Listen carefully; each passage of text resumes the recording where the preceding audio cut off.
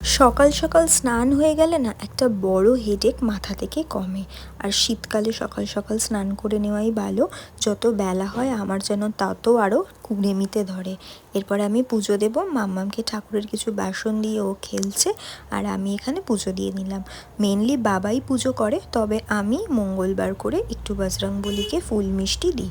আর এই যে মাম্মামের মাথায়ও একটু দিয়ে দিলাম, মাম্মাম থাকে যেন দুধে ভাতে।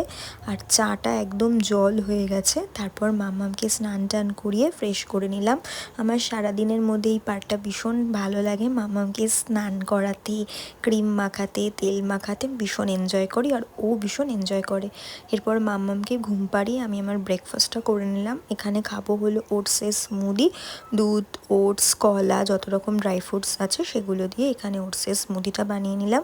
তার আগে বেশ কিছু মাম্মামের বাসন ছিল। মাম্মাম খায় একটুখানি, কিন্তু ওর এত পরিমাণে বাসন বেরোয় কি বলবো। তো চলো, টাটা।